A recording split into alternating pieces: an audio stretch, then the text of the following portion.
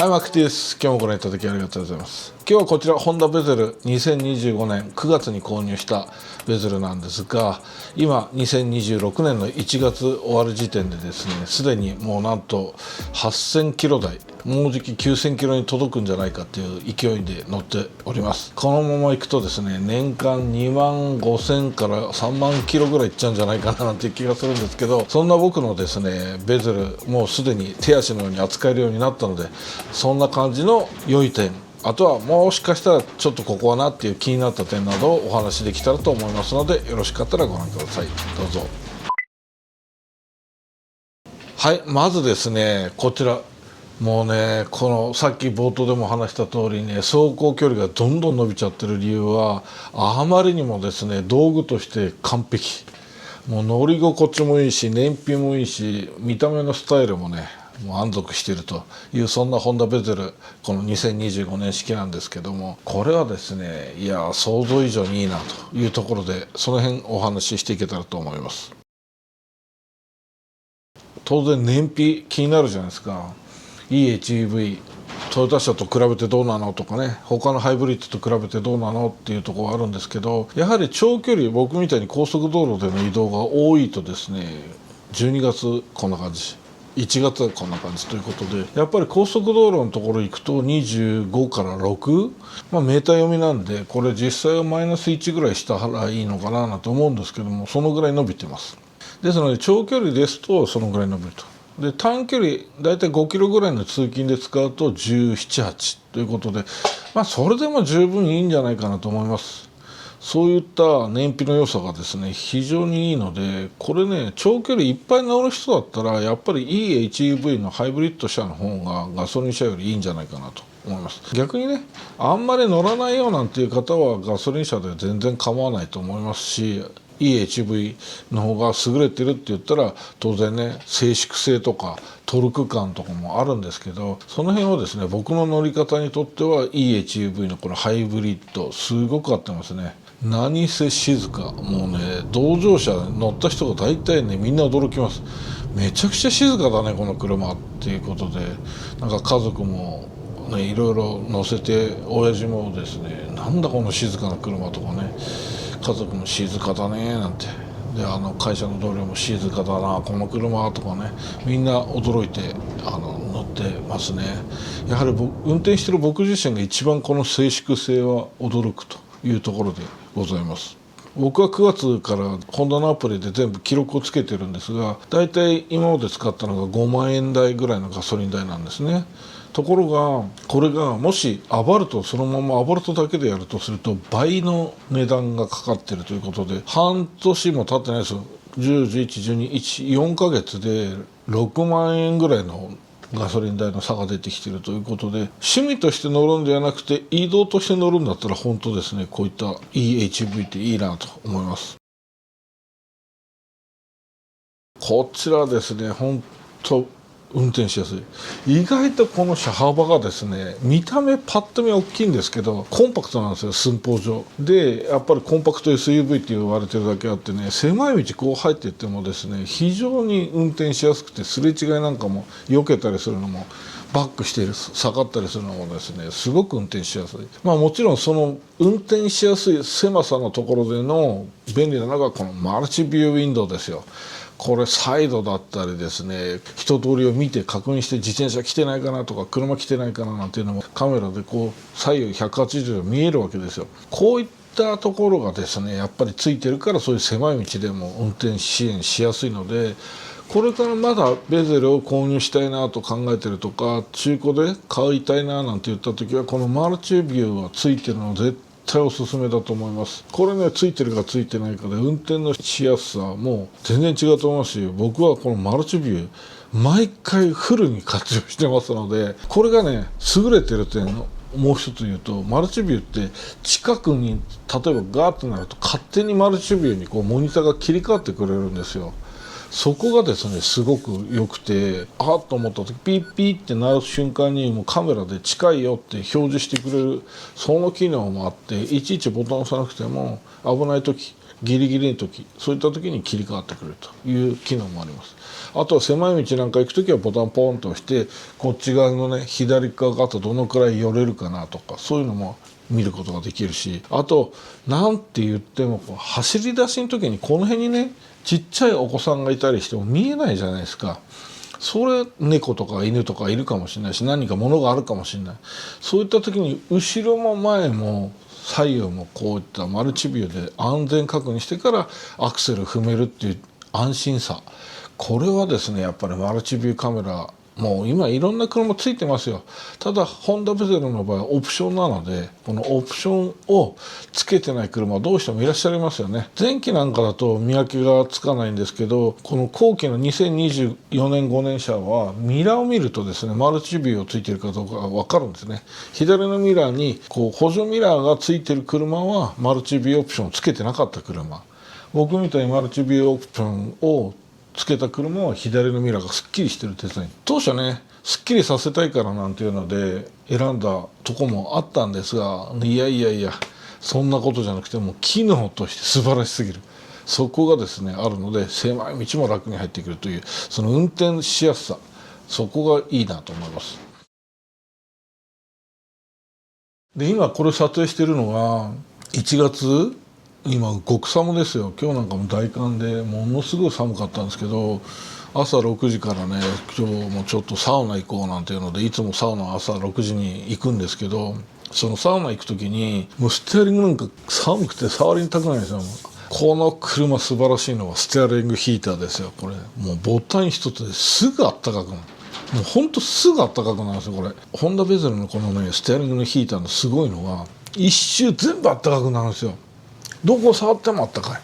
まあ温度の差は多少あるんです。温度の差は多少あるんですけど、どこを触ってもあったかいから、僕みたいにこう上掛けする人とかね、横こうしっかり10時10分持つ人とか下持ちする人とかいろいろいると思うんですよ、癖によって。でもどこ持ってもあったかくなるので本当ですねこれは重宝する。で手が寒くてもステアリングがあったかいとですね、これがですね不思議と人間満足してあったかいんですよ。それプラスシートヒーターもついてますよね。でシートヒーターがボタン123段階あって、まあ、2ぐらいが多いんですけど2にしてこうステアリングのヒーターつけてこっちもあったかいこっちもあったかいってなると、ハイブリッド車なのでエンジンがやっぱりかかるとどうしても燃費悪くなるということで、ヒーターをあんまり最初から入れない方がいいって言われてるんですね。で自然に走ってて5分10分15分と走っていく中で自然にエンジンがモーターとしてかかってる間にエンジンが温まりました。じゃあその温まりましてからヒーターを入れましょうってやっていくと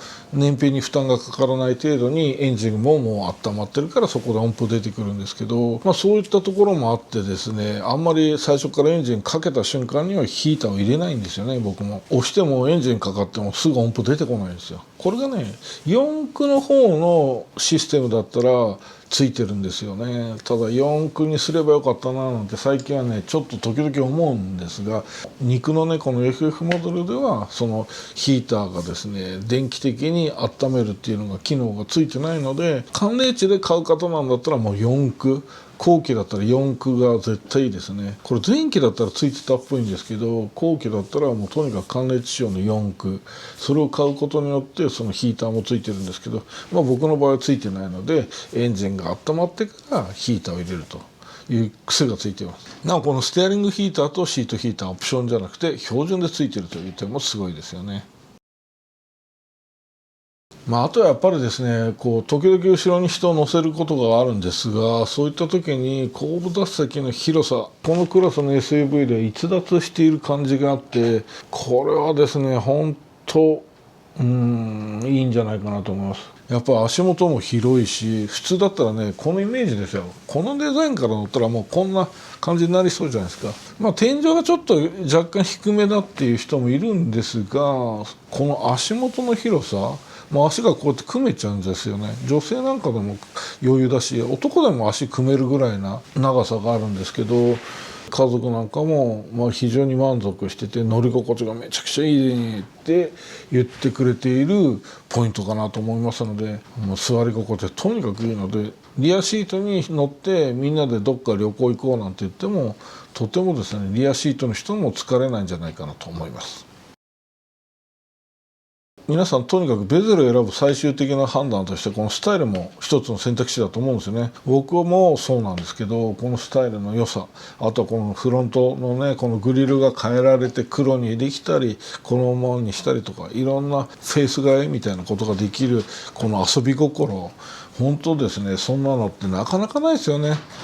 このフェイスが変えられるオプションって多少あるんですけど、ここまでですねこの RS だったりいろんなオプションだったりこうメーカーから出ているこの状態がですね面白いな、ホンダの考え方だと思います。僕はですね逆にこのグリルが気に入って同色だっていうこのグリルのこの感じ、このなんかちょっとアメリカンなこの雰囲気がすごく好きで、このデザイナー日本人なの本当にこれデザインしたのって思うぐらい今までの SUV とは違うなデザインがということで、なんていうのかな、日本車にあるようなこうアニメ的な形状じゃないというところが、このスタイルはね僕はね本当ベゼル好きですね。あと値段も手頃だったっていうところもやっぱり皆さん選択肢の中からこれから中古選べる新車選ぶ方いろいろいらっしゃると思うんですけど、とにかくこのデザインはですね皆さんが気に入るポイントだと思います。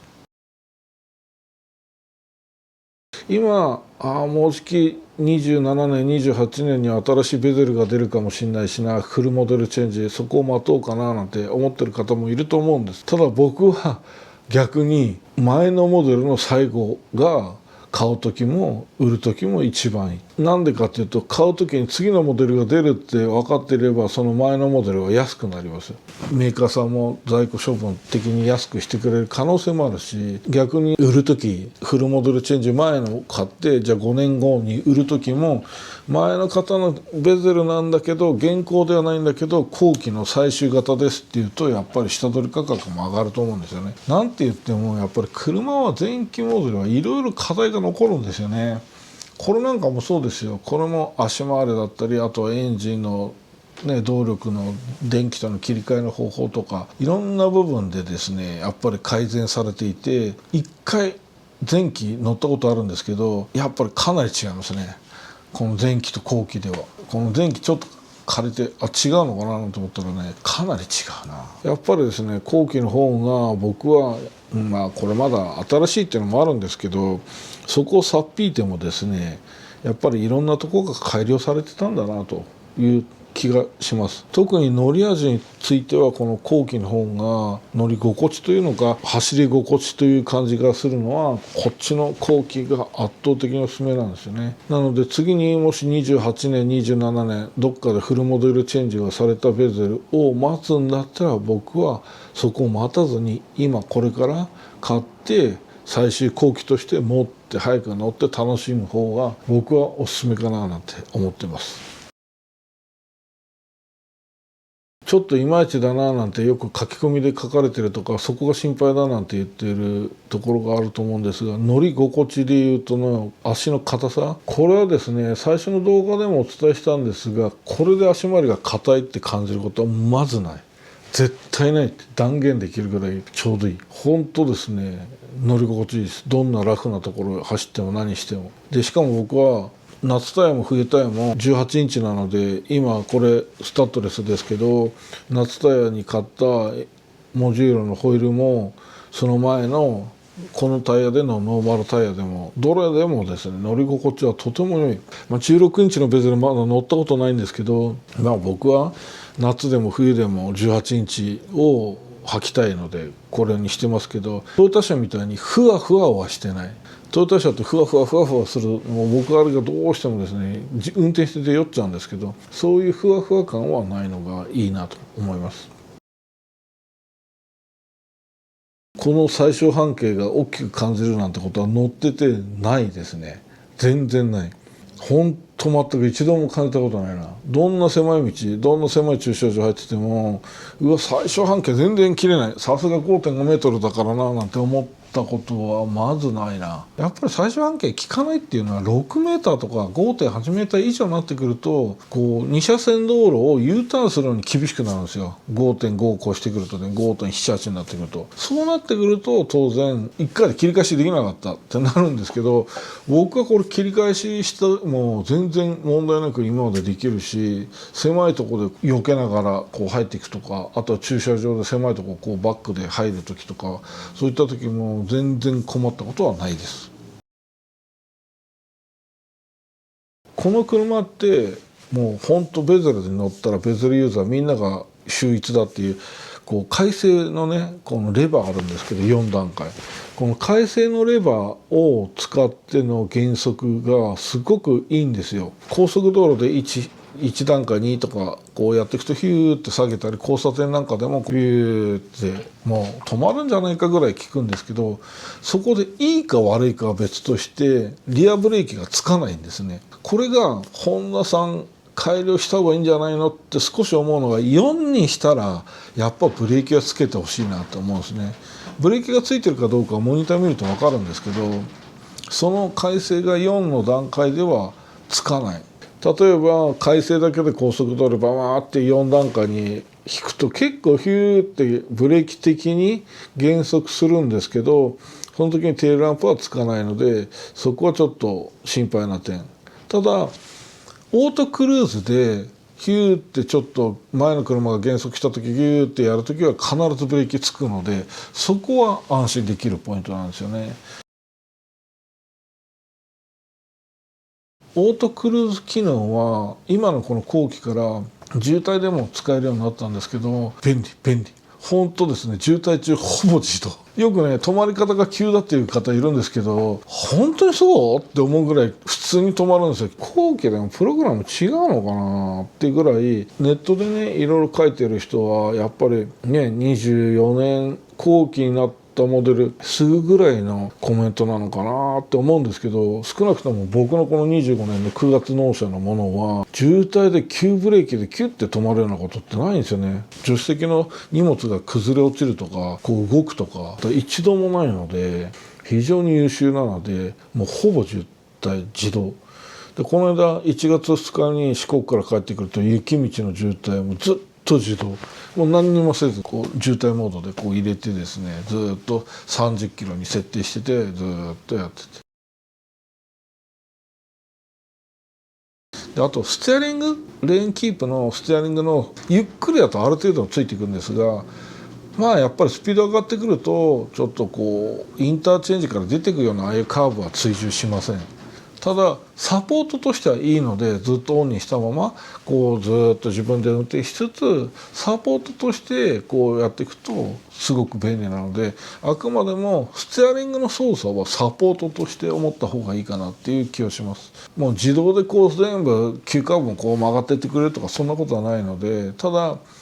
神経がね集中できてない時とかなんかに入れておくとこうサポートしてくれるし、レーンがちょっと変わってもその真ん中をずっと走ってくれるし、よく左端走ってしまう右端走ってしまう人とかいるじゃないですか。そういうこともこのレーンキープを入れておくとど真ん中バーンと走ってくれるというのがいい点かなと思います。でアウトインアウトもちゃんとしてくれるので、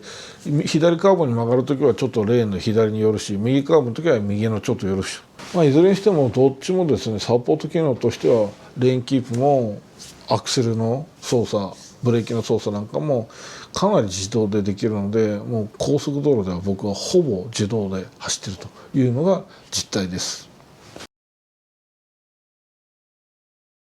で他に積載性なんかはね、これはもう荷物キャリーバッグ3つぐらい全然余裕で乗っかるので、僕はキャリーバッグの大きさにもよるんですけど、シート倒さなきゃ乗らないやなんてことも今までなかったんですけど、そういった中でですねキャリーバッグの積載性のギリギリのその居住空間との後ろの席の広さと合わせたこの広さの設計がすごくうまいなというところがあって、でトノカバーっていうかなんか後ろの上のカバーがこう上に上がるっていうのも面白くて、でこう荷物が多くて上に行けば行くほどそのカバーを外したりとかしなきゃいけないんですけど、ただ一点ですね、このトノカバーのこのレバー、これがですね可動式じゃないんですよね。なので荷物をいっぱい乗っけた時にそれがトノカバーを外してもそのバーがこう下がっていった時にこうぶつかっちゃうので、そのバーがぶつかるそこはねちょっとできたらあれはこうカット式でこう倒せて荷物いっぱいの時には動くといいななんて思ったんですが、そこが唯一気になってるポイントぐらいで、トノカバーなんかもね外から盗難防止とかにも役立ちますので、そういう点がすごくいい点ですね。あと音ですが、これ音はですねやっぱり一般的にはいいんだと思うんですが、これ最初の動画でも伝えたんですけど、やっぱりですねちょっと締まりがないというところもあって、いずれデッドニングをしようと思います。スピーカー単体を変えることも当然音の良し悪しには変わるんですが、それ以前にデッドニングするともうかなり変わるので、そこのデッドニングをちょっとドア4枚全部しようと思ってもう材料を買ってるんですが、いかんせんちょっと寒いのと忙しいのでやってる暇がないんですが、いずれその辺のデッドニングもやってですね、音がどう変わるかなんていうのもやっていきたいと思いますので、もし興味ある方はその辺も楽しみにしていただいたらと思います。あと音で言うと、この車って信号待ちとか速度によって音の音量を変えることができるので、その辺もですね僕は望んでいた機能だったので、そこはあるのが嬉しいですね。静かな車なのでそれほど走行音もうるさくはないので、そんなに走行中に音を上げる必要はないんですが、やっぱりそうは言っても高速道路中にガーってなってくる時に案内とか音楽がやっぱり大きい方がいいですし、信号待ちで止まった時にまた同じ音量だとうるせえとかなっちゃうので、その辺の調整が効くっていうポイントはこの車を使ってて、車の速度と合わせての音量調整ができる、自動でできるっていう点はすごいいい点だと思います。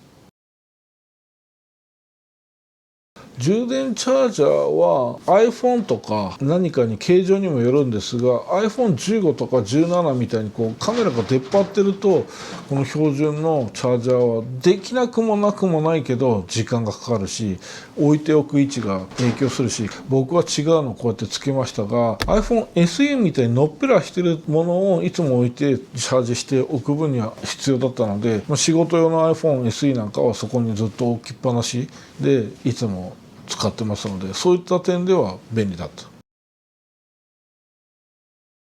あとナビね、これナビはもうとにかくホンダのナビはないものと思っていいぐらい、モニターの形状とモニターのスッキリさをオプションで買ったと、ついでにサービスでちょっとだけナビがついてるよぐらいな気持ちでいたんですが、もうその通りで、僕はもうホンダのナビ一切使ってないです。 Google、Apple マップ、Yahoo マップ、この3つをいろいろ使っていると渋滞もほぼ回避できるし、リアルタイムで来るじゃないですか。なのでそこから考えるとホンダのナビは今のところ僕はほぼ使わないと。逆にコメント欄でですね、ホンダのナビのいいとこがあったら教えてほしいなと思うんですが、僕はこのナビはモニターとして買ったと。サイドミラーのヒーターがないことと、フロントガラスのヒーターがないこと、あとは PTC っていうそのヒーターの電気的な温めるやつですね、これがちょっとなかったっていうのはオプションであったら最高だったな。だからって4駆だとね、燃費がどのくらい落ちるのか分かんないんですけど、2駆で25、6高速で走るんだったら4駆で22ぐらい行ったのかもしれないななんて思うので、もし22、3行ってたんだったら4駆でもよかったかななんて今頃になって思います。という感じでですね、今日お伝えしてきまして、もうじき9000キロになるマーク T 的にはですね、非常に満足度が高くて、このままいくと1年で2万キロは余裕で越してしまうかなっていうところでございますが、その辺ですね、これからもし悩まれてる方いらっしゃったら僕の動画を見て安心していただけると嬉しいかななんて思いますけど、僕はですね非常に満足度が高い買い物だったなと思います。購入前にあの点どうなのなんてお聞きしていただけたらコメント欄にどしどしいただけたら嬉しいです。それでは今日もご覧いただきありがとうございました。またご覧ください。バイバイ。